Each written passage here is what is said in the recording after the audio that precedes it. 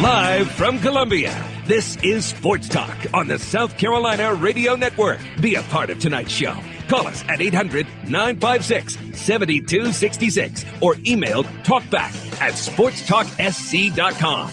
Now, here are your hosts for Sports Talk, Phil Kornbluth, Kevin McCrary, and Tom Hayes. We're going to try to get the best and the brightest in the state of South Carolina first and foremost. But we're going to be able to branch out.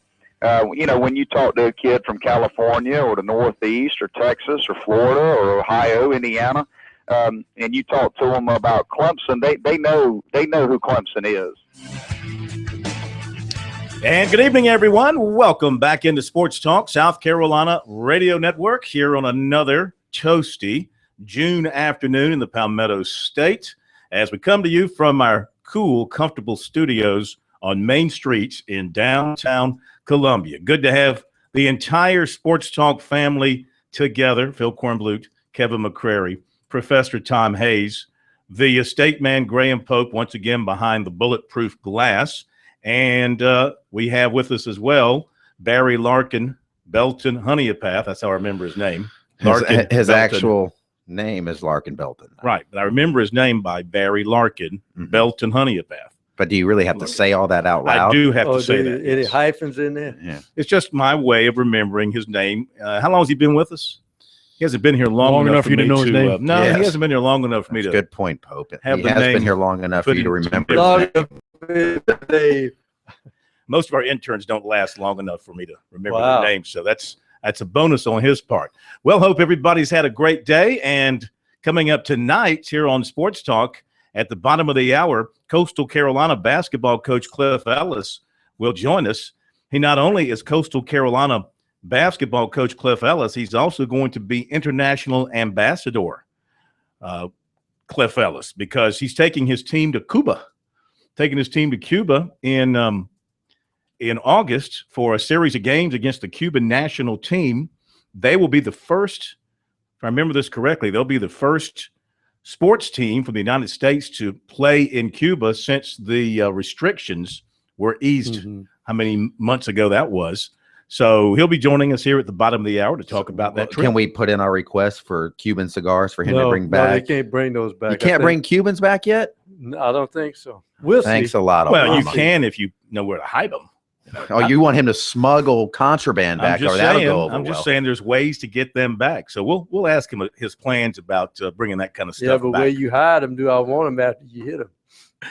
Today down in Charleston, the College of Charleston officially announced the promotion of Matt Heath to the position of head baseball coach. Yes, they acted very quickly, because if they didn't, Monty Lee was going to try and snag him to Clemson to be his pitching coach there, but Heath got the opportunity to be a head coach. You know, he's a former LSU player and was in the Diamondbacks organization for a little while. He'll be with us tomorrow night. Not able to join us tonight because he has a dinner conflict, but he'll be with us tomorrow night to talk about his new job as the head man with the Cougars. I didn't realize he was a hitting coach before he was a pitching coach at Charleston, and they had a great hitting squad. And then Monty moved him to pitching coach, and Hull, the AD, said, wait, he's not a pitcher. And Monty said he used to be a catcher, so he knows pitchers, and it worked out great. It did indeed.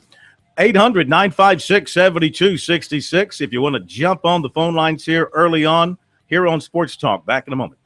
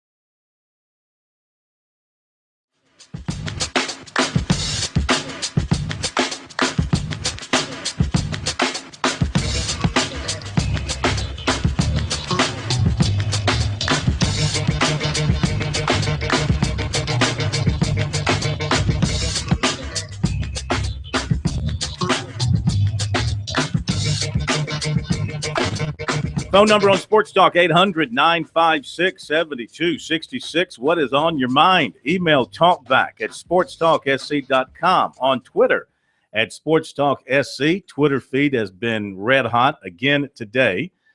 The website is sportstalksc.com. And on Facebook, you find us there, Sports Talk Radio Network. Our poll question of the week at sportstalksc.com. If you haven't voted yet, please take a moment to do so. What's the expectation for Monty Lee's first season at Clemson? So far, 36% say NCAA regional.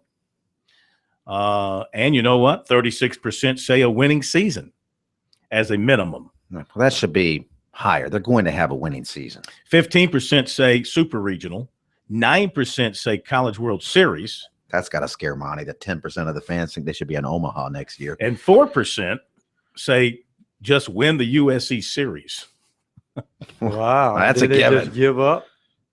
So getting to the regional is at least expected so far by 36%, as well as having a winning season. That will go that hand in series hand. will have a lot of intrigue next year because the pressure has now shifted from that Gamecock dugout, or from the Tiger dugout to the Gamecock dugout and Chad Holbrook, because if he loses a second straight year to Clemson and it's Monty Lee's first year, and Gamecock fans know that was, they consider Monty one of theirs because he spent some time there, even though he's really a Cougar, but that will put some pressure on Holbrook. Not that he's unfamiliar with pressure.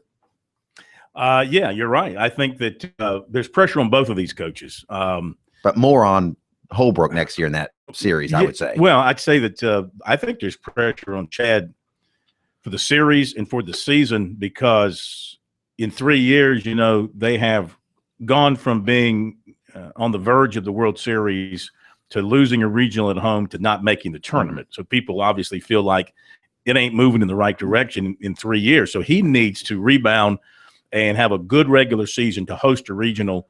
I would say for him, getting to a super regional has got, not that, you know, Ray's going to do anything, but I would say getting to a super regional in the minds of the fans has to be the minimum for success next year. Yeah, well, and I think it's unfair to call that super regional Game 3 loss at Chapel Hill, even though they'd been in the World Series 3 straight years. That's not really a step back. They were a few innings away from Omaha. I'm picking it up from there. So, I'm there saying, really has only been 2 years where they've slid. People Yeah. point that and say, well, it's been 3 straight years. You're going from Omaha to a super regional. That's not a huge slide. And it was Game 3 on the road in Chapel Hill. They had a lead late, didn't get a call. Well, it's kind of I don't think that's a knock on Holbrook. Because when Arizona beat them out there the third time, where's Arizona all of a sudden?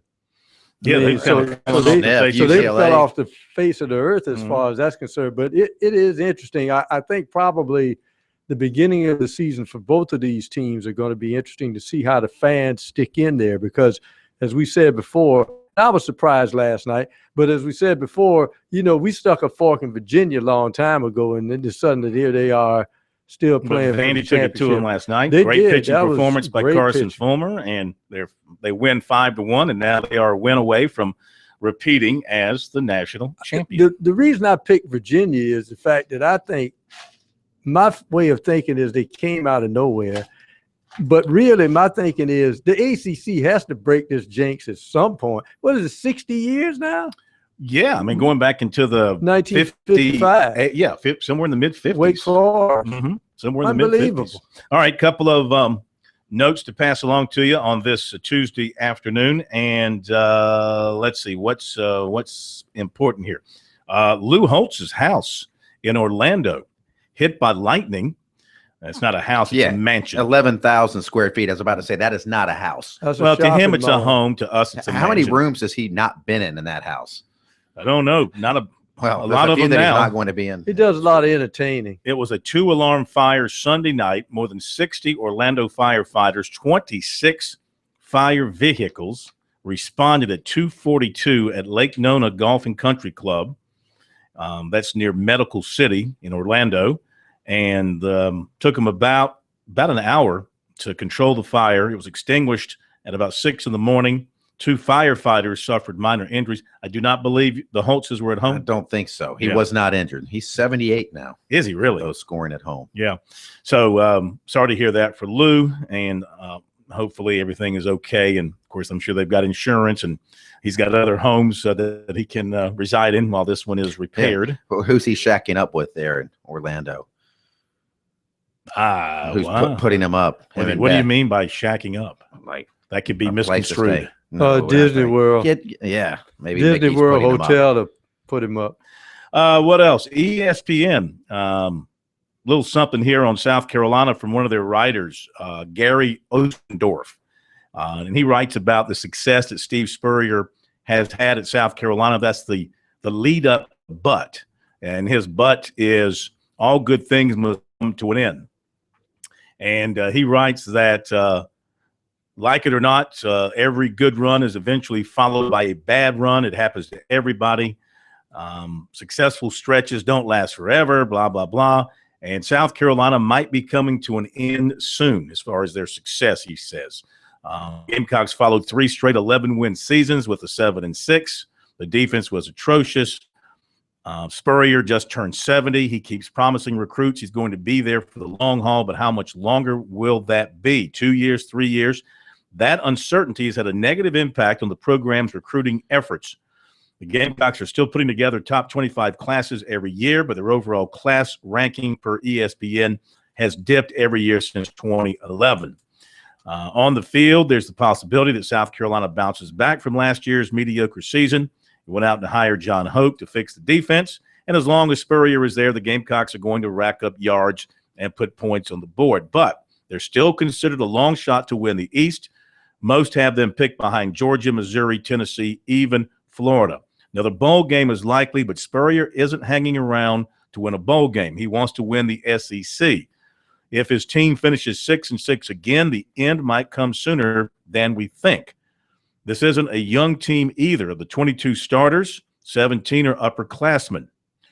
What happens 2 years from now when they've all graduated and moved on? Who fills the void left by that group? Who will be the coach?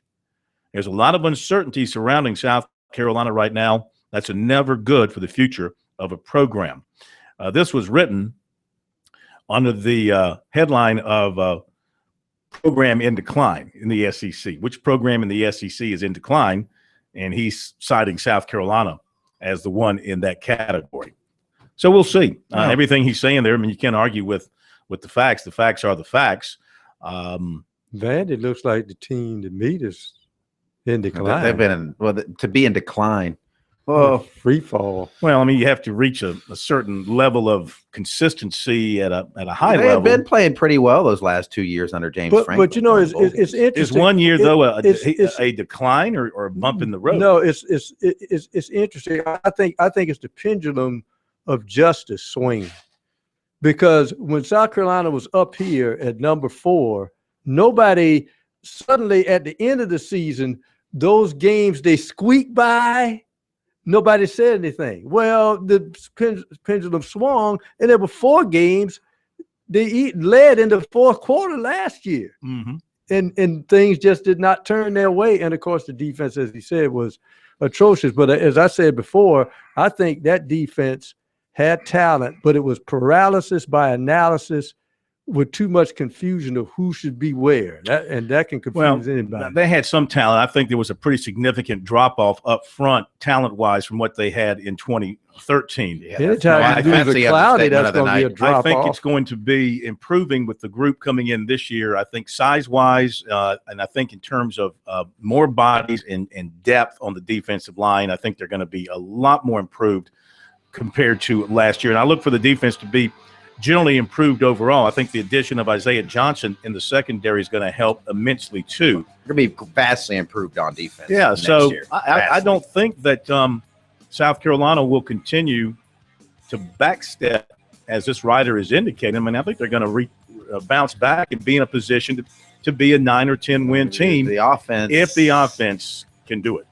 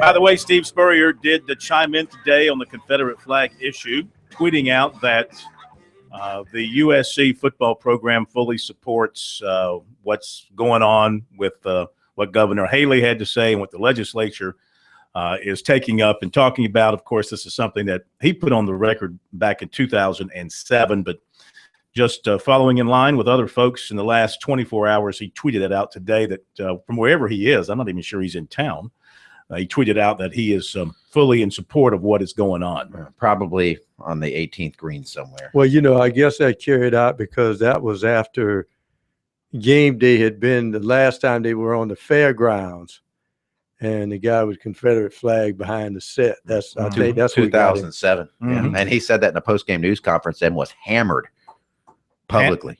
Hammered as in?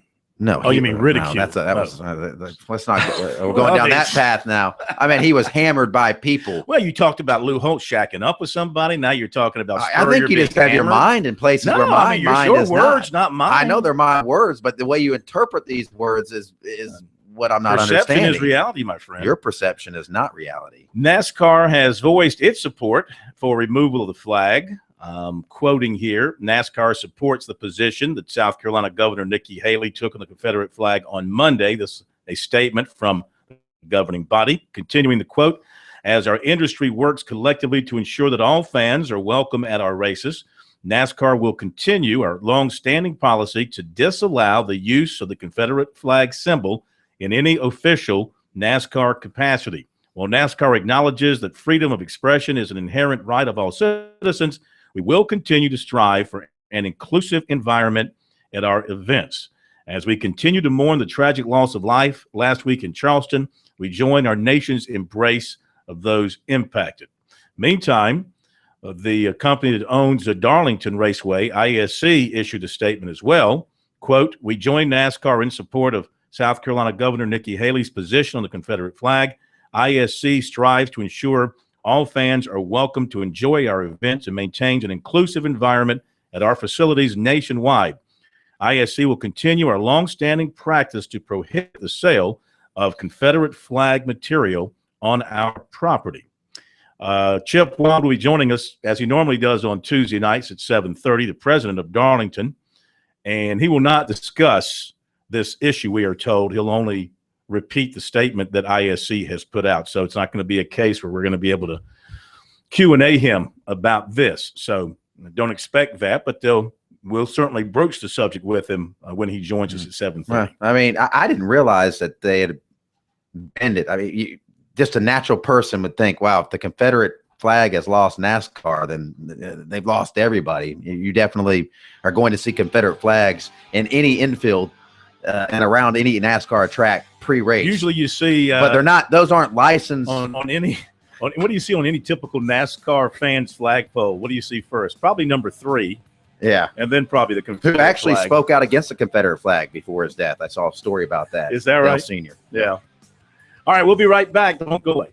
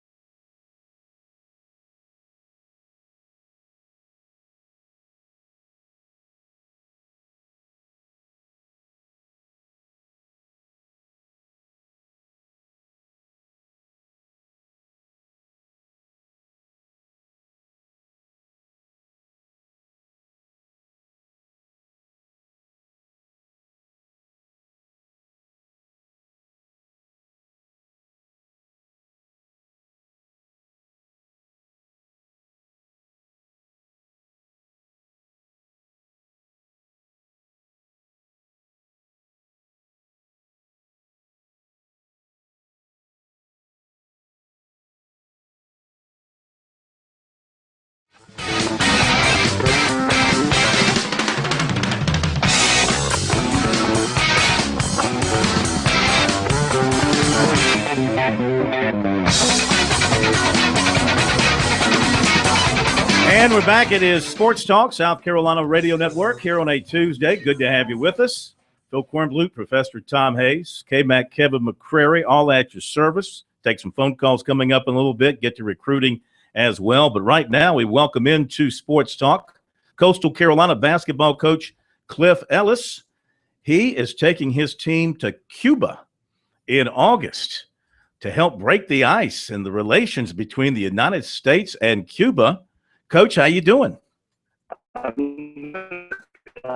We are. Thank you for being with us. I guess you're relaxing down in beautiful Garden City this afternoon. I'm right down from your house. Oh, you make me very jealous. You do indeed. That's why I said it. well, make room on the plane for me, and I'll go with you to Cuba. Never been there before. Well, not many Americans have. It really is a great opportunity experience. I'm very excited about it. To be the first American team over there, but give our players the opportunity to see a country that we've not had good relations with and try to open up that and be ambassadors. I think it's a great thing.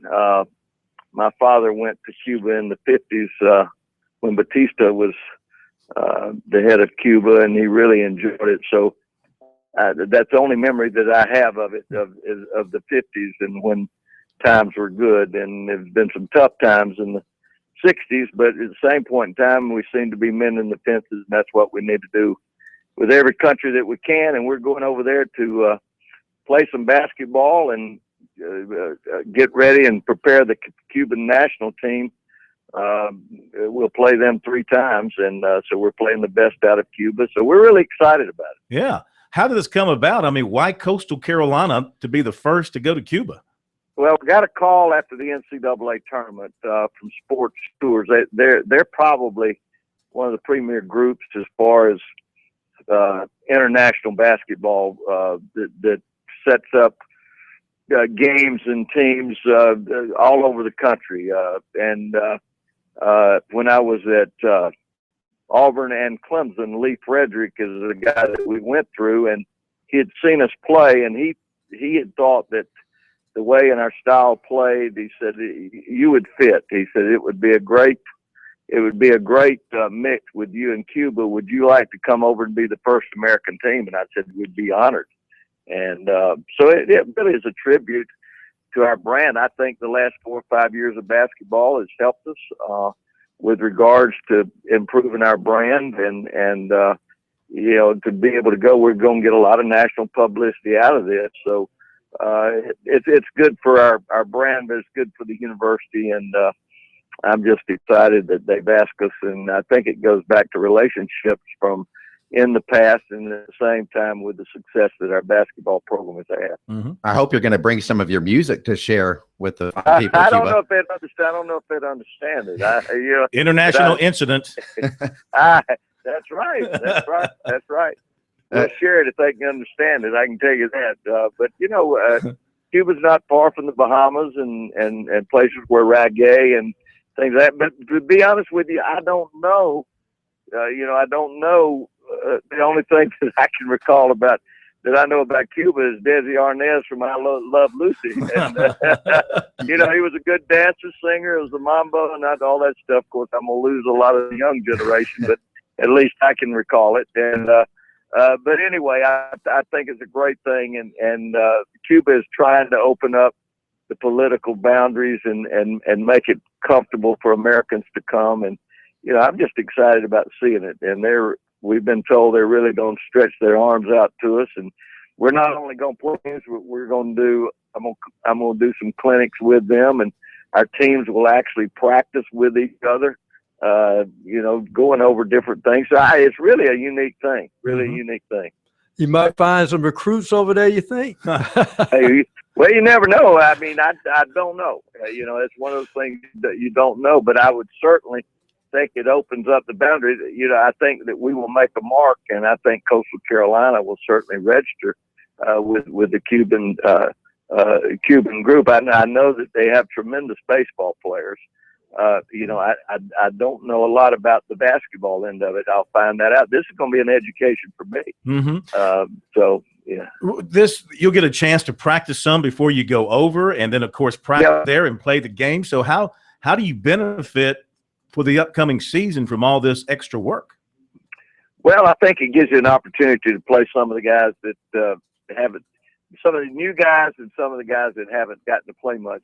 We've got a lot of guys back. You know, usually with these foreign trips, as a rule, you try to center it around a young team that needs more experience. We've got a pretty experienced team, but just couldn't turn down this opportunity. But it'll give us an opportunity. You get 10 days of full-fledged practice before you go to Cuba.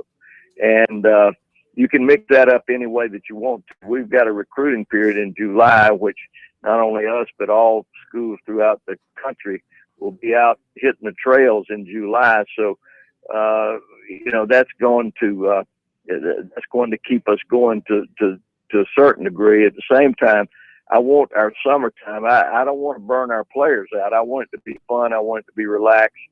I don't want to go 10 grind days. I'd like to go 3 days, take off a day, 3 days, take off a day, do it like that. So we probably will spread this thing out. And then, of course, the last 4 or 5 days we'll get ready. But we leave on August the 6th and fly to Tampa. Then there's a charter that takes us from Tampa to Cuba. I think we play the 8th, 9th, and 11th, and we come back the 14th. So it'll be fun. It sounds like it. For our listeners down your way, your next appearance on the deck at the Gulfstream Marina is scheduled for when? So we can make plans. When will that be? No, come on. You're not trapping me in that. I'm not. No. I just get up when I'm an ad lib guy. Okay. I'm one of those guys. Impromptu. If something's happening, and there's a band and I'm invited, I usually do it. But outside of that, you know, it's basketball. But I do love the music. I always have, and you know, it's part of our tradition of our state, and it's great to be a part of it. And I sure have loved that part of my life too. Absolutely. And you know, if you need any more travel tips for Cuba, I bet you Frank Martin probably knows a few of the places around Cuba. You know what? There's no question about that. As a matter of fact, I should call him, and I'm going to call him, and I'll see him on the road. He can certainly give me some. He can give me some good cues and clues and all that good stuff. And he'll probably want a few cigars. I don't smoke cigars, but he is supposed to be a mecca for cigars. I don't. I'm not one that is just. It's just not my thing. But I could bring Frank some back. Well, you have maybe I'll see. I'll be down in the next couple of weeks. I'll try and knock on your door. And all right, man. If you'll let me in. Yeah, you got it. Yeah. You always have it. I always smell your cooking. Must be burning. When I know. You got some cold roommates in there, Phil. It's tough. It's a tough crowd, Coach. It's a tough crowd. I'm trying to break them in slowly.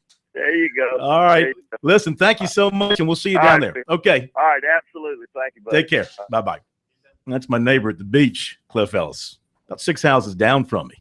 And good luck to them going to Cuba, playing the Cuban national team 3 games, and this is going to be Cuba's warm-up games as they go to Mexico for pre-Olympic qualifying. So they're going to be facing the best Cuba has to offer. I think they got some good ball players over there. You know, they'll sneak up. It's just like when the Americans went over there to play baseball and said, wait a minute, hold it. You know, y'all got some ringers in you. Coastal Carolina, of course, back-to-back NCAA tournaments under Cliff, and got, as you heard him say, he's got a good number of his players returning. So you got to believe they're going to be a strong candidate to win it again in the Big South, hosting the tournament again this coming basketball season. 2 years ago, 21-13, went to the NCAA tournament, gave Virginia all they wanted. 24-10 this past season, went to the NCAA tournament. Who'd they play this past year in the tournament? I can't recall. It wasn't Brigham Young, was it? I don't can't think so. I don't think so. I can't remember. 770 career wins for Cliff Ellis. Not bad. Be right back.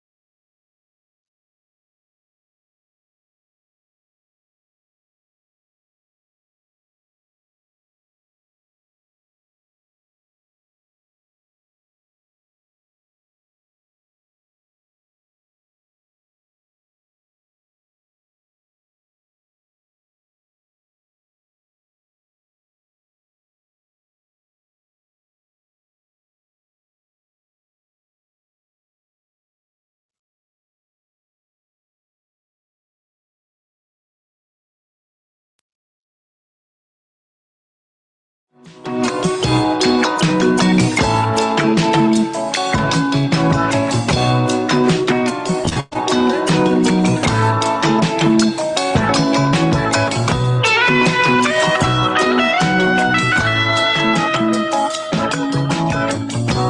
right, no Mike Morgan tonight. He's tied up in a little bit of a business dinner, so we'll tell you that the Braves open up a series tonight at home against the Washington Nationals. We talked about this last night. Braves are only a couple of games out of first place in that division. They've got the first-place team in their sights, so they could do some damage and flip-flop things if they can win some games. Washington is 37-33, won 3 straight against Pittsburgh.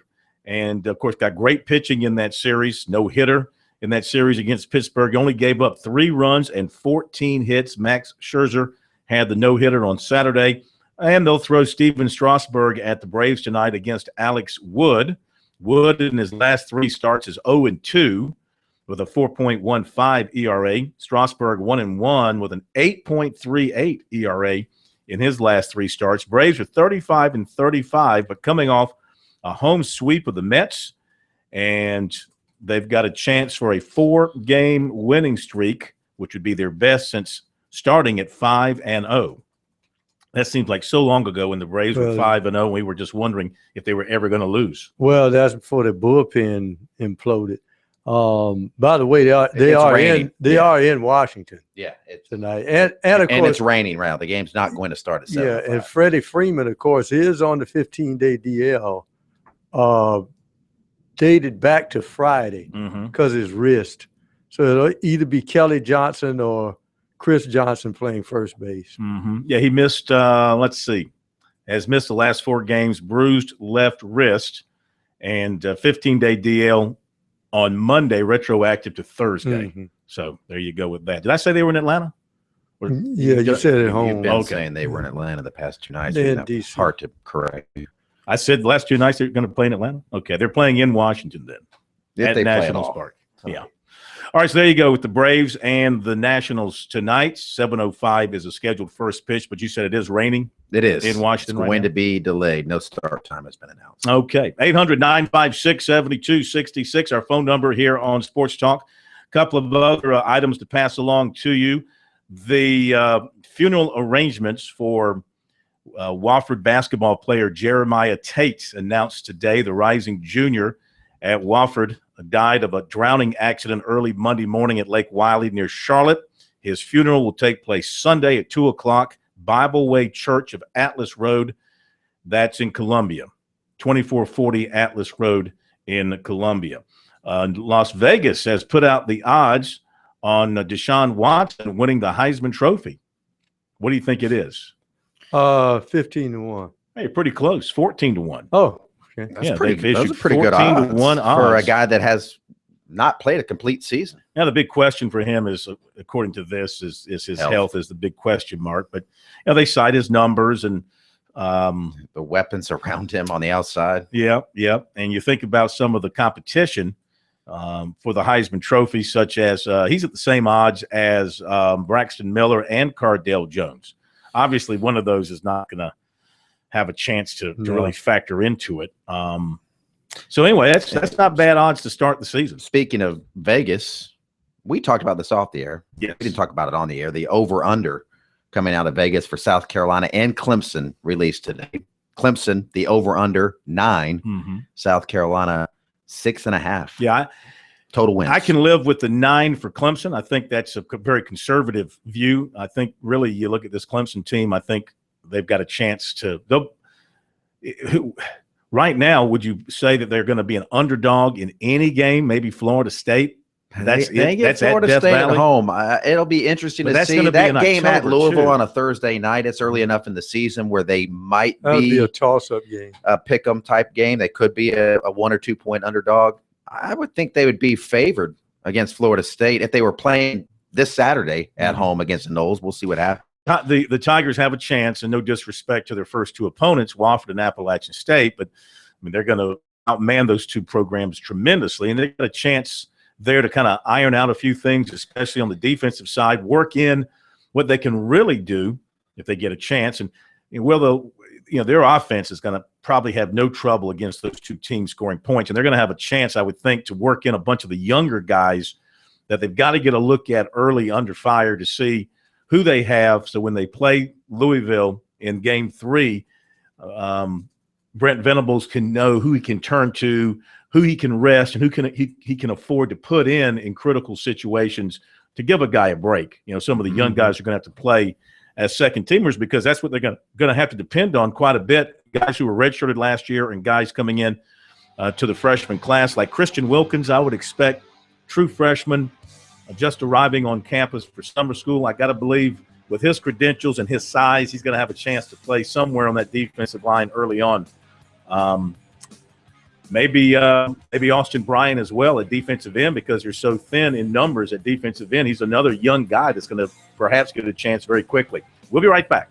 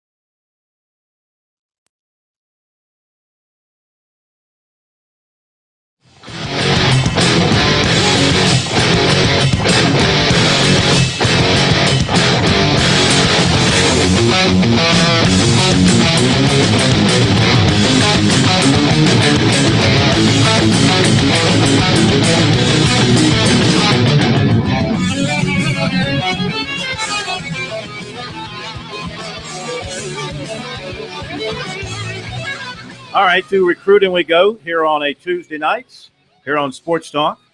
Defensive back Nigel Knott, Madison, Mississippi, recently announced the top 10 of Alabama, Oregon, Tennessee, Florida State, Texas A&M, Georgia, Ole Miss, Louisville, Southern Cal, and Mississippi State. USC read that list, saw they weren't on it, and Deke Adams, his recruiter, contacted him to find out why he wasn't on that list. Not told him it was because he didn't have an offer, to which Adams informed him he's had an offer from them for some time. The information just didn't get to Knott, apparently. So now that he's got a USC offer, he's giving them some consideration. His trainer is friends with Deke Adams, and so that's where a connection comes from. He visited Clemson for a day back in March, but he's not hearing from the Tigers. He's also been to Alabama, Florida State, Mississippi State, Ole Miss, and Tennessee. He's going to visit Southern Cal, actually is out there today, and might visit UCLA while he is out there. He plans to take officials this fall before a decision. Only sure one is to Oregon, and he said Tennessee's recruiting him the hardest right now. Defensive back Chris Smith of South Point is on commitment watch for USC. That will continue into July. That's when he expects to visit the Gamecocks for the first time this summer. He was not able to make it to the showcase camp this month due to a death in his family. So he says he's got to set a date to visit USC with Coach Ward and get all his questions answered. He says Ward's been telling him to get on campus and get a feel for what it's like to be a Gamecock. And he says he's excited about getting there for a visit. And he said a commitment on that visit is possible. He said, I'm still favoring USC pretty big. He's been to North Carolina, Duke, and Wake Forest for camps, and he said all are considering him for offers. He also has offers from Old Dominion, Mercer, Furman, Coastal, Miami, Ohio, Charlotte, SC State, and others. USC did not make the cut with tight end Thaddeus Moss of Charlotte, Randy's son. His 8 are West Virginia, Oregon, UCLA, Georgia, Miami, Arizona State, NC State, and Alabama. Farmington Hills, Michigan, defensive end Khalid Kareem is going to announce his decision tomorrow. USC has been one of his offers. He visited USC over the weekend. Michigan and Alabama are believed to be 2 other schools very strong with him. And defensive back Spencer Perry of Bradenton, Florida, decommitted from Florida. He goes to the IMG Academy in Bradenton, where Clemson has some strong ties, and he does have a Clemson offer. So it would not be a surprise to see the Tigers maybe become a player for Spencer Perry. There you go with recruiting. Don't forget to take a look at it online on our website, sportstalksc.com. And if you live on Twitter, you can find our recruiting very easily with the hashtag #STRecruiting. What's wrong? You're big time, man. You're into the hashtags and everything. Hashtag, number sign, however you want to refer to it. And they said you can't teach old dogs new tricks. Just get the info any way that you can. Top of the hour break, and we'll be back.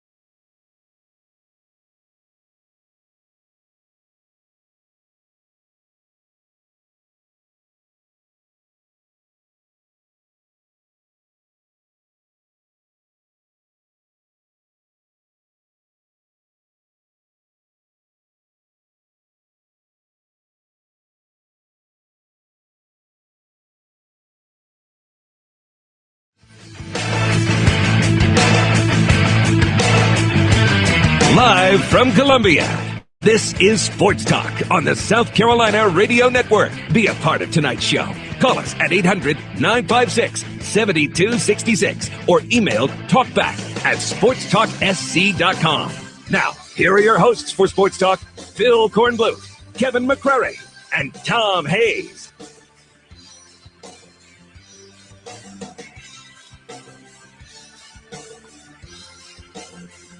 Okay, we're back. Sports Talk, South Carolina Radio Network here on a Tuesday night. Coming up, bottom of the hour, Chip Weil from Darlington Raceway will join us. They've got more going on than just the release about the Confederate flag issue at Darlington. Apparently, there's going to be another Goodyear tire test coming up there. We'll ask Chip about that and other things related to NASCAR when he joins us here at the bottom of the hour. Of course, there was no race this past weekend. They cranked things back up this coming weekend. They're on the road course at Sonoma, California. In the meantime, we are open for your phone calls. It's Open Mind Tuesday, 800-956-7266. I just created that last week while you're on vacation. Very smart. Okay, Mac. Open Mind Tuesday, 800-956. Open mind? Open mind. Mm-hmm. Yeah. Everybody says open lines. I say open mind. Open your mind, K-Mac. Open your mind. Yeah, look at Open your heart. Look at all the opportunities. Open your wallet. Consider all the different possibilities. That's what we're talking about here on Sports Talk. Open Mind Tuesday, 800-956-7266. So do we close it on Wednesday? Is that what happens? No, it's Open Mind Wednesday as well. All right. It's not make just sure I for any understand the particular Steel day. trap Wednesday. The email talkback@sportstalksc.com, on Twitter @sportstalksc. And Chip coming up here at the bottom of the hour. LSU's got another quarterback candidate. Danny Effling is transferring from Purdue. A junior, he announced his decision to leave Purdue after 2 seasons earlier this month. He started 12 games over the past 2 seasons. He passed for 1,690 yards, 10 touchdowns, 7 interceptions in 7 starts as a true freshman, but struggled in 5 starts last year and was benched in favor of Austin Appleby. But he does have the chest. There you go. Mm-hmm. He's 6'2", 216. He's got to sit out this coming season. This is not a fifth-year guy with 1 year of eligibility left, going to be a graduate student. He's an underclassman. He'll have to sit out the coming season. And congratulations to Westside High School, Scott Early. I tell you what, Scott Early wins wherever he goes, and he's turning Westside into a player in 4A. They won over the weekend the Auburn 7-on-7 tournament. Had over 40 high school football teams there, and they went out and won it. And it's got a good quarterback that transferred over from T.L. Hanna. Got some good athletes who can obviously run and catch the football. So that's a very, very big thing for a young program that Scott Early is building at Westside. You got to get a defense. A 7-on-7 shows a lot of explosiveness on offense, but where's the D? Where's the D? You know what? You don't have to play. Well, you play some D in these 7-on-7, but not the kind of D you're thinking of. I think, I've never been to one. Do you think the linemen have to sit there and count to 1 Mississippi, 2 Mississippi, 3 Mississippi before they rush? That Probably. Kind of thing? If there even is a rush. I don't think there is. We'll be right back.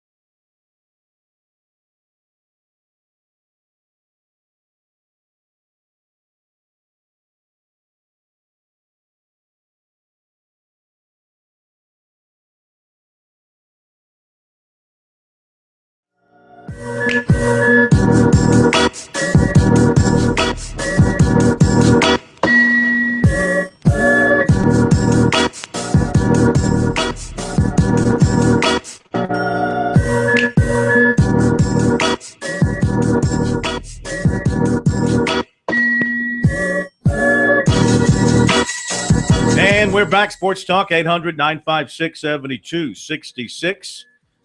Story from over the weekend that I meant to get to yesterday. Didn't get a chance to, but LSU will have a new play-by-play voice beginning in 2016. Their longtime outstanding announcer, Jim Hawthorne, voice of the Tigers, is going to finish his broadcasting career with the 2015 football and men's basketball seasons, then retire after more than 30 years play-by-play duty for 3 sports at LSU, and he's one of the best.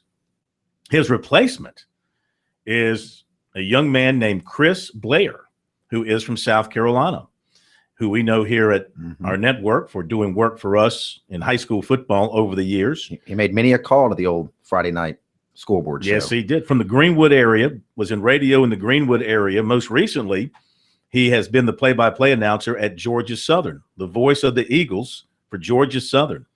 And Joe Oliva, the AD at LSU, refers to him as a rising star. Excited to bring him to LSU as the next voice of the Tigers. Blair's resume covers virtually all aspects of broadcasting with management and marketing positions in Greenville and Columbia. Basically grew up inside of a radio station. His father owned radio stations, so he was working for him at a young age. And his college broadcast experience included working for the Clemson Tigers Sports Network and at Lander University. 10 years as the play-by-play announcer for Greenwood High School. And so that's great. Good for him. And stepping into a plum job. And it's good to see in this day and age of schools splitting up play-by-play duties amongst several people to handle football, basketball, baseball, whatever the case may be. LSU is still sticking with the concept of the voice of the Tigers and having that one guy handle, in this case, all 3 sports. I think that's terrific. So good luck to Chris. Congratulations to him on that. Also want to point out that you'll like this little note, Pro. Casey Manning, you know who he is. Judge Manning. Judge Manning. Yeah. Judge Casey Manning, also known as the color analyst on USC men's basketball. He has been added to Strathmore's Who's Who Worldwide Edition for his outstanding contributions and achievements in the field of law. You make Who's Who. I mean, that's pretty. That is pretty strong. So congratulations to Casey. Of course, I remember Casey from way back when he was shooting jump shots for the Dillon Wildcats and averaging about 30-something points a game. Won a state championship when he was at Dillon. Great basketball player in his high school days and has gone on to do great things in his life as a lawyer and as a judge and also as a color analyst for the USC basketball I'm network. Happy to say that I don't have many dealings with him. I was in his court one time as a potential juror. He gave me hell the whole time, the whole week I was there. He rode me like a donkey. But I never got to go before him for a case because being in the media. He knew better. No, in the media. You know, automatically excluded from But he still made you show up every day? Had to show up every day. Had to show up every day. Well, I've always had that feeling about that because the years I was in Spartanburg and the years I worked for the TV station here in Columbia, I never even got called for jury duty. Yeah, I mean, if you want to avoid jury duty, just be in the media. So you're in broadcasting, they don't want you. You're in the media. That's one of the things they ask you. You know, are you in the media? Yes, sir. You're out of here. How about this story? ESPN reported athletes at Florida and Florida State were substantially more likely to avoid prosecution after being named a criminal suspect than their male student body peers. A report examined police reports from campus and city departments across 10 major athletic departments and cited incidents of potentially preferential treatment of athletes at schools ranging from Oklahoma State to Notre Dame to Missouri. But the report's available data show that of those 10 schools, the highest number of accused athletes and widest ranging discrepancy in how frequently those athletes were prosecuted occurred in Gainesville and Tallahassee. That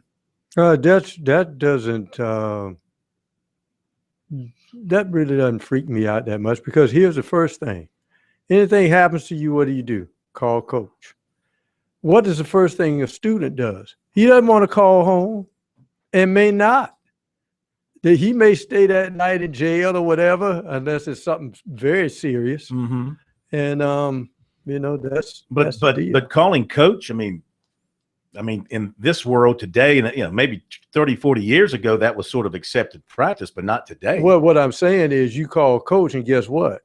He brings you a good attorney there that can get you off. Yeah, but you're still, you're still in jail. You're still behind bars, depending on what the crime is. They'll get you out. Yeah, they'll get you out. What they're saying here is that in those two locales, apparently sounds like the authorities are more willing to turn a deaf ear and look away from transgressions when it comes to athletes than other comparable locales, this is not a positive story for Gainesville and Tallahassee, for their police force, their judicial people, nor their athletic programs. None of that's good. I would have liked to ask them what made you do this story. First, this is coming off the Jameis Winston deal. Yeah, I know. Well, first of all, here's the deal. Most crimes are committed, in men, younger men. You go 18 to in 40s, in that range. Then when you narrow that down, then, of course, you got young people that get drunk, whatever. And so the athletes are in that group. Okay, now you use a finite group, athletes, versus a larger group. Well, obviously, if you look at the percentages, obviously it's going to look like they get preferential treatment because the sample size is smaller than when you use the general population. Well, in this story on ESPN, Outside the Lines, at Florida, and they cited Chris Rainey. They said Florida had the most athletes, 80, named as suspects in more than 100 crimes at Florida, yet the athletes either never faced charges, had charges against them dropped, or not prosecuted 56% of the time. This doesn't really surprise me. Is this an indictment of the Urban Meyer era? I don't think it's probably unique just to Urban Meyer. I think it happens on a certain level in a lot of different places. Almost everywhere there's a college town with major college athletes and athletic programs. You use USC for an example. The Gamecock fans will tell you. In fact, Board of Trustee members spoke out about this a few years ago. They were saying just the opposite. Well, and you notice since that happened, the USC police, the Columbia police were way they thought they were active. targeting them. But but since that happened, it's kind of gone down. What, you think maybe the players are behaving? Maybe, but it has gone down for one reason or another. Sometimes you go the other way so you don't get that reputation. Let me give an example in the NBA. And it's just an example because it's my team.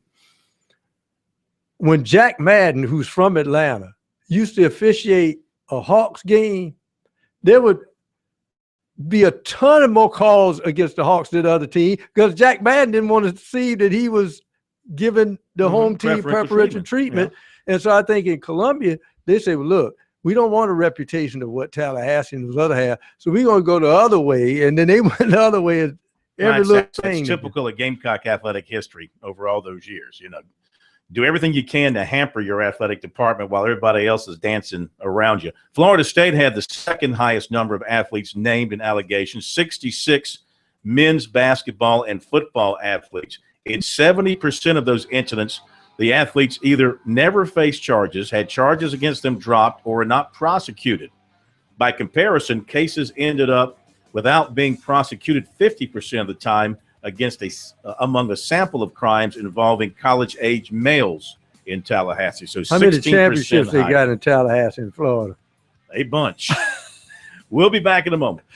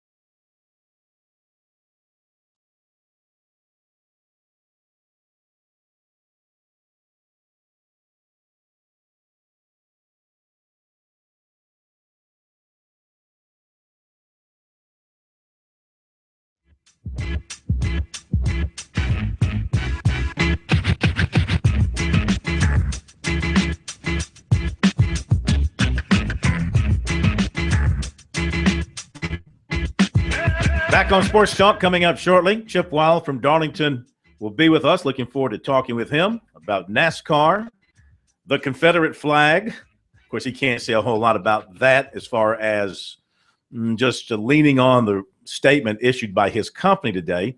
Now, here's the thing about sports moving forward, the Confederate flag, individuals. I mean, what are you going to do? For example, you cited game day coming to Columbia a while back, or going anywhere around the South, let's say, and you got a fan, with the Confederate flag waving within camera shot, or wearing a shirt with a Confederate flag. I mean, is that going to still be within that person's rights to do that at these college sporting events or at Darlington?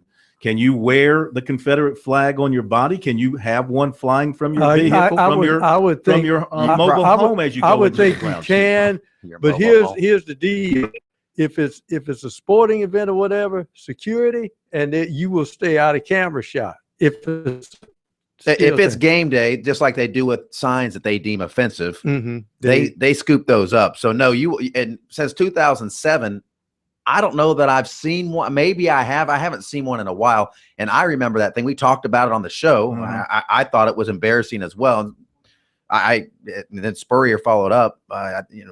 He thought it was embarrassing. It was embarrassing to do that. And it hasn't happened in Columbia since then. And I don't know that I've seen it anywhere. ESPN, they have sign police, flag police, and they pull those things in a hurry. And I don't think there's anything wrong. You're going to see them at tailgates out in the state fairgrounds. You're going to see him at Clemson. You're going to see him at Ole Miss and Auburn and Alabama. But you're not going to see in games. They're not going to put a camera on somebody with a Confederate flag shirt. NASCAR, they know how to avoid that kind of thing. And you're entitled to. I don't have any problem if somebody wants to do that. I do have a problem. I can see why a school would have a problem and ESPN would have a problem with somebody waving it behind there on a national broadcast, because you are representing your state, and that's a big issue. All right, let's jump to the phones before we get to Chip Wild as we go to Charles over in Greenwood, listening to us tonight here on Sports Talk. Hey, Charles, welcome into the program. Where are you listening to us tonight? It's an AM station in Greenwood. I don't know. Oh, W50. Yeah, okay, good. Good to have you with us. Thank you. I've seen that article on Outside the Lines on ESPN, and they interviewed the two district attorneys from Tallahassee and Gainesville. The district attorney said in Tallahassee, when Bobby Bowden was there, they could go on campus and interview anybody they wanted to. With the new coach, he didn't say who it was. He just said the new athletic officials. When we have to make an appointment to go on campus now. And said when we go on campus, somebody meets us and goes around with us. When they want to interview somebody is always present with this person. And he was talking about the Jameis Winston situation. He said by the time we got there and was interviewing, we heard different stories. Yeah. And the guy in Gainesville said that. All right, hold your thought right there. Hang on one second. We got to hit a quick break here. If you will, hang on. We'll come back to you. And thanks for listening to us on WCRS in Greenwood.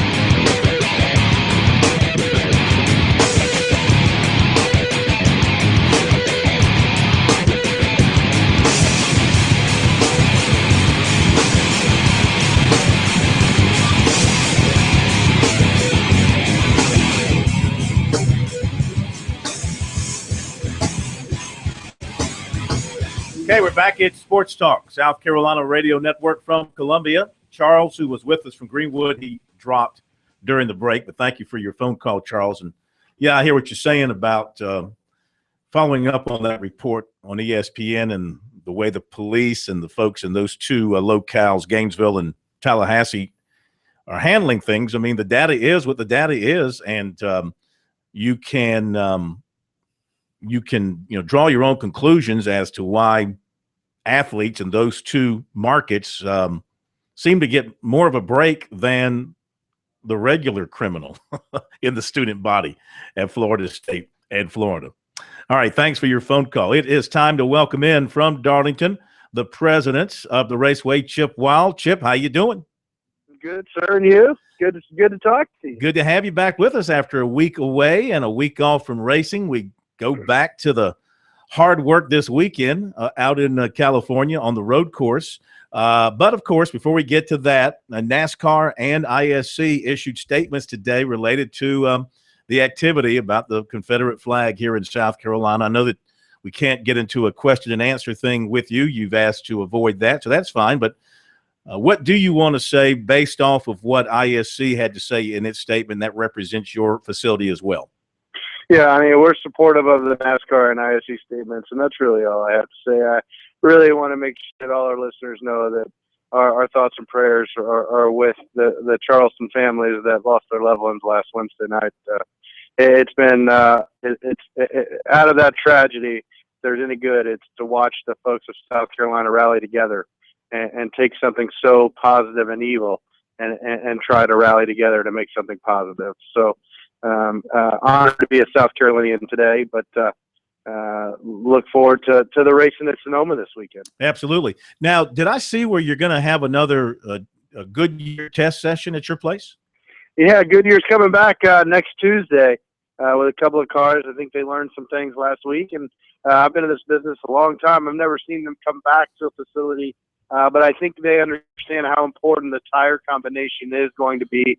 It is really at every racetrack, and they learned some things a couple weeks ago, and they're going to come back and try to apply those to another combination next Tuesday. So unfortunately that won't be open to the public, but it'll be a great opportunity for these teams to come back down and test and make sure that we put on a great show for the fans as we gear up for Labor Day weekend. Is this an indication that they just didn't learn enough the last time around, or they weren't satisfied with what they saw? What brings them back, you think? Well, I think a number of things. You know, they brought a number of different combinations to the track. And let 4 teams test those different combinations to see which one they thought would work the best. I think after they leave the racetrack, they take all of that data, they go back and they try to decipher it all. And I think what they learned was maybe they needed to come back and work on a couple of different combinations. So they haven't given me a whole bunch of detail other than they call it that can we come back, and we certainly love to have cars on the racetrack. It's good for us. It's good to make sure that our property is ready when they come back on Labor Day weekend with the change in date and the higher temperatures. We want to make sure we get enough rubber down. So great for us to have the Sprint Cup Series cars back, gearing up as we get ready for Labor Day. You know, from I think it was last week, right? Wasn't it last Wednesday we had the testing session there? Or was it 2 Wednesdays ago? Yeah, 2 Wednesdays ago. Okay, yes, my sir. weeks have all run together. You guys didn't announce any speeds or anything like that, but what kind of laps were they turning? I'm talking about in the preparation for the race at Darlington. Yeah, they were running like 175 plus miles an hour on average. And as you know, turns 1 and 2 and turns 3 and 4 are very different. So turns 3 and 4, you're using a ton of brake. Where in turns 1 and 2, you really let the car float into the corner, and then you get back to the accelerator pretty quickly. So the average speed isn't really indicative of the top speed, but 175.6 I think was the top speed or the top average speed, and that was set by Martin Truex Jr.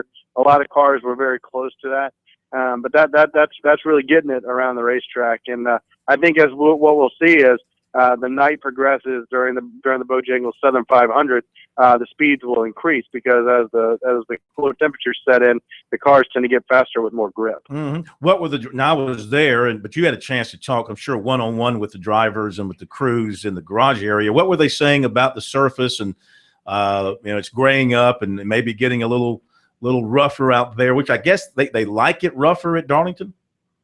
Yeah, I mean, they love it. Yeah. I mean, that's what the drivers want. They want tires to wear out. They want to be able to have control of their own destiny and be able to make these cars go where they want to go. And they said the tires are wearing out quick, which is what we want and what they want.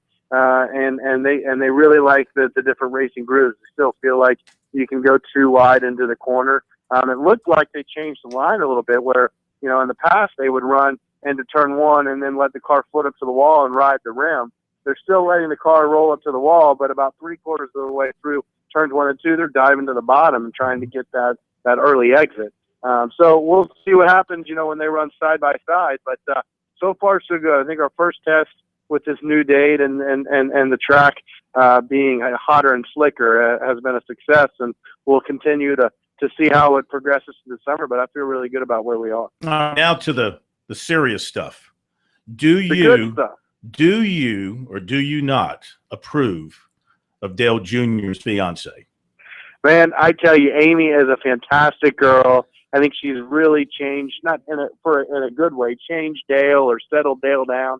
I've known Dale Earnhardt Jr. a long time, and I never thought he'd get married. I thought he's one of those guys that you know, he's just your ultimate bachelor. Yeah. And it's taken the right girl, and I'm excited for him and Amy and their life together. It's certainly thought through it. It's taken them a long time to get there. I think they've been dating for 6 or 7 years. And I remember the first time she came to the racetrack. That was a big deal. You know, they dated for a couple of years before really he introduced her to anybody in the business. And so we're excited for their next step. They got engaged last week in Germany, and looking forward to seeing them maybe start a family or at least enjoy being together. That's really the most important thing. Will you be in the wedding? No, absolutely not. But I hope I get invited, because I can tell you it'll be one epic party. Could you imagine Dale Jr. as a father? Yeah, I really could. You know, 5 years ago, I would have said no. But I think Dale's really taken on the role that his father had a long time ago as the steward of the sport. He is the leader. He's the most popular driver. He's the voice of the sport, and he's taken that on. And I'm really proud of how Dale's matured over the last 5 years. He went to Hendrick Motorsports, and I think everybody had high expectations. He obviously struggled, and that's been well documented. But he's fought through and really found his own identity. And I am honored to call Dale a friend. I think he's one of those guys that people sometimes early on in his career misunderstood. But I couldn't imagine him having to take on the responsibility of his father's legacy, knowing it's, you know, all his father's fans came over and were his fans. And that's a huge responsibility for a 20-plus-year-old kid. And he's been able to do that with grace and dignity. And I am honored to call Dale a friend. Yeah. Hey, thanks for the visit tonight. As always, enjoyed it. Sonoma this weekend, road race, first one of the season. We'll see how that goes, and we'll talk to you next week. All right, guys. Thanks a lot. Have a good night. You too. All right. Chip Weil, our buddy from Darlington, Dale president Earnhardt of Darlington III. Raceway. Dale Earnhardt, DE3. What will we call his if he has a son racing and I guess he'll come up with a name for Trey. him. 18 or 19 years. It'd be Trey Earnhardt. Trey. Yeah. And he'll win Dale number 3. Dale Earnhardt Jr. Dale Jr. Little E too. Well, you know, listen, we wish Dale Jr. the best of luck in marriage, and you know, been dating a long time. It's probably time to tie the knot and be a man and move on and do mature things now. Well, instead you remember doing the things he used to do. Remember the last But it sounds like he's really kind of gotten that out of the system here. Yeah, but remember the last race he won. I think he got emotional talking about his dad, but he said also that she wasn't there. This is the first time she hadn't been in one of his races in a long time. So it's almost like he's been married for a while now. Well, the old ball and chain. I wonder how much speed he'll lose on the in the corners with the old ball and chain being pulled behind the car too. You know, that can affect the driver. Just ask Kurt Busch.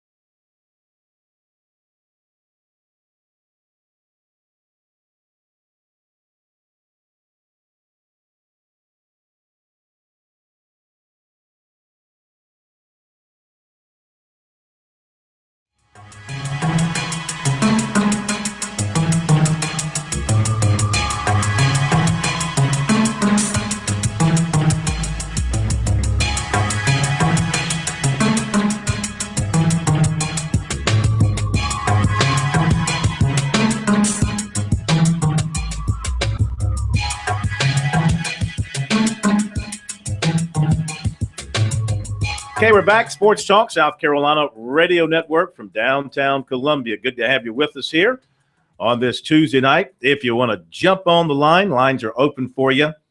Open Mind Tuesday, 800-956-7266 is our phone number. What's on Twitter there, K-Mac? What kind of things are we getting from let's see what is Twitter on followers? Twitter. I actually passed along a comment just because I thought it was funny off the website. I shared it on Twitter about the guy that put a message on a comment on our website that Ray Tanner and Steve Spurrier don't have any right to comment on the Confederate flag issue because they're not from South Carolina. This guy prefaced that by saying he was raised in South Carolina. He currently lives in Florida, but he was raised in South Carolina, went to high school in South Carolina, but now lives in Florida. And his point was that those two don't have any right to comment on the flag because they're not from South Carolina. Although between the two of them, they lived in the Palmetto State about 30 years combined.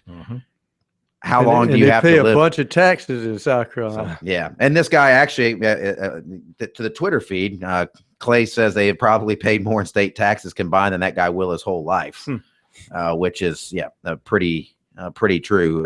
Somebody wanted to know if Eddie Fogler marched against the flag in 2000. He did, along with Larry Shyatt. I'm sure he did. So not sure where that came from. The Thaddeus, what was it? Thaddeus, the recruit. Thaddeus Moss. Yeah. Somebody said maybe you just misinterpreted his emoji, and South Carolina did make us top 10. Because if you saw his announcement on Twitter, he had every school followed by 2 emoji symbols next to the school. You know what emoji is, right? That's those little things on those Twitter. Little faces and chickens and dogs. What do they mean? Like, what do the dogs mean? They're dogs. I know what the little plane means. The little plane means I'm flying somewhere. Well, it can mean, you could use it for whatever you want. You could use it. Well, I love the New York Jets and put it next to the Jets. There are people out there that can communicate via emoji, pretty much. Larkin could probably give us a lesson on our little friend, the reporterette, does that. Yes, Brandy Now Mills. That plane could mean you're flying, or it means you may be using something that's illegal. And flying. You mean being high? Yeah. So go ahead with your point here, K-Mac. Well, it wasn't my point. It was somebody else's point that maybe South Carolina was squeezed in there somewhere, and he just I don't think so. No, they weren't. He was making a joke. That was the point. I think he was cracking wise. Oh, okay. We pointed out that Monty Lee today was down in Charleston for the introduction of Matt Heath. He was in the crowd and was recognized by whether Hull or he was introduced. Hull was introduced by McConnell, the AD. Yeah, and Hull, Hull's the AD. McConnell's the president, and Heath actually talked directly to Monty Lee in the audience and thanked him and talked about their relationship. And he said he's always going to work for Monty Lee. That's the way he put it. When Monty has been burning up I-26 between Clemson and Charleston. Can you ever remember a time? I mean, when a coach retires, maybe even then, sometimes they don't like to be there when the other guy to upset. That was a very first-class move by Monty Lee to go back down there and be there for Matt Heath, and he gave him that opportunity and it made him I don't know, another guy that's been the hitting coach and the pitching coach and the head coach at the same school. And he might be the only one to do that in college baseball. That's pretty cool. So that is pretty cool. And some people pointed out that was a nice gesture for Monty Lee, and it was. Well, that was a good gesture and a gesture that should be made. Unlike, I was kind of nervous for Roy Williams during the Final Four after he gotten beaten.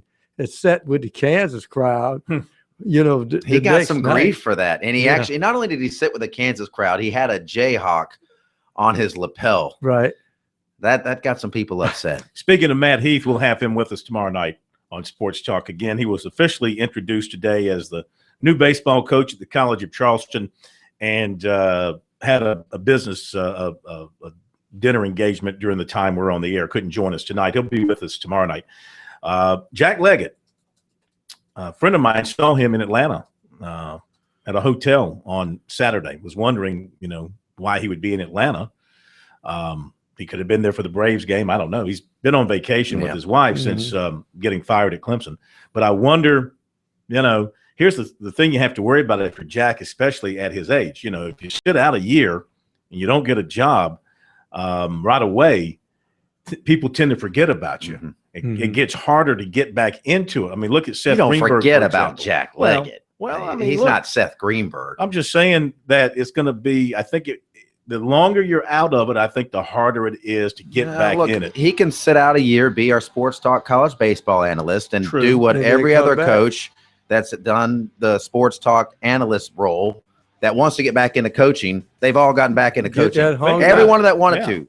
Callahan, Googe, Tommy West, Kevin Steele. We're probably going to help David Ellis Bennett. Johnson get back into it. David Bennett, yeah. It's a long list. Halfway house. It's a kiss.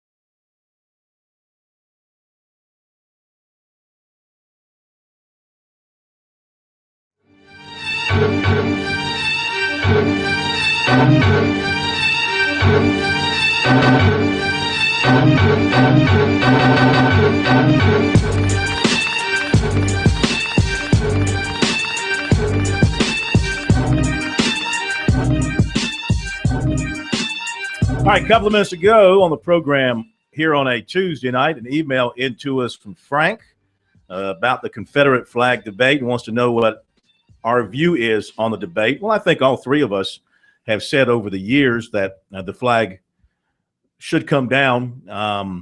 My position has been not just that it should come down, but I've always been one about the process and the process be right. And, they had a process back in 2000. They had debate about it. They had votes about it. They reached a compromise, and they did what they did. Now, this is 15 years later.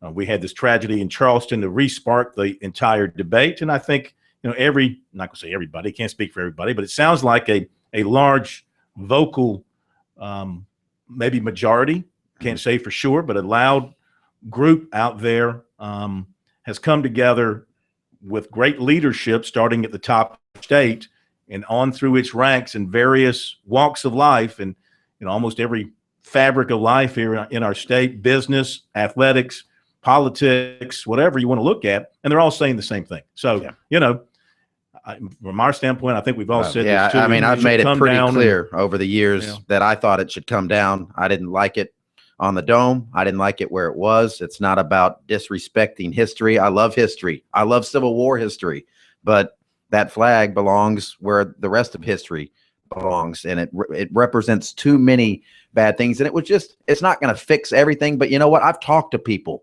that drove by that flag every day that it offended that, and so people say, well, what will it change? It'll change those people that don't have to look up at that and be reminded, because there are a lot of people that were alive in the 60s. This was a different place in South Carolina for people of color, and seeing that flag, for better or worse, reminded those people that they're not going to have to deal with that anymore, hopefully. And so I've always been in favor of it, and I definitely of course, am now. we've seen the debate before in other states. I know I have plenty of relatives who live in the city of Atlanta when the Confederate flag was part of the Georgia state flag, and the heated debate they had, and still part of the Mississippi state flag. and they discussed it and said, look, we're in the middle of the progressive South in the city of Atlanta, Georgia, a burgeoning city. It's time to move ahead. We have plenty of museums around in Atlanta and around Georgia to change the state flag. So they had to change the state flag. It wasn't a matter of taking a flag down, it was changing the state flag. Well, there's some other states that have that same situation, whether it's with flags or with monuments, whatever the case may be. And the question will be, once it's done here in South Carolina, how widespread is this movement going to be? Where else is it going to reach? Are people going to force Clemson to change the name of Tillman Hall because of who it's named for? Are people in Texas going to demand that statutes be taken off the campus of the University of Texas? I think, how wide-ranging will this be? No. I mean, the flag's a completely different debate. Let's not go down the slippery slope. Yeah. Well, I'm just passing along what people are talking about out there. That'll do it. Have a great night. We'll see you tomorrow.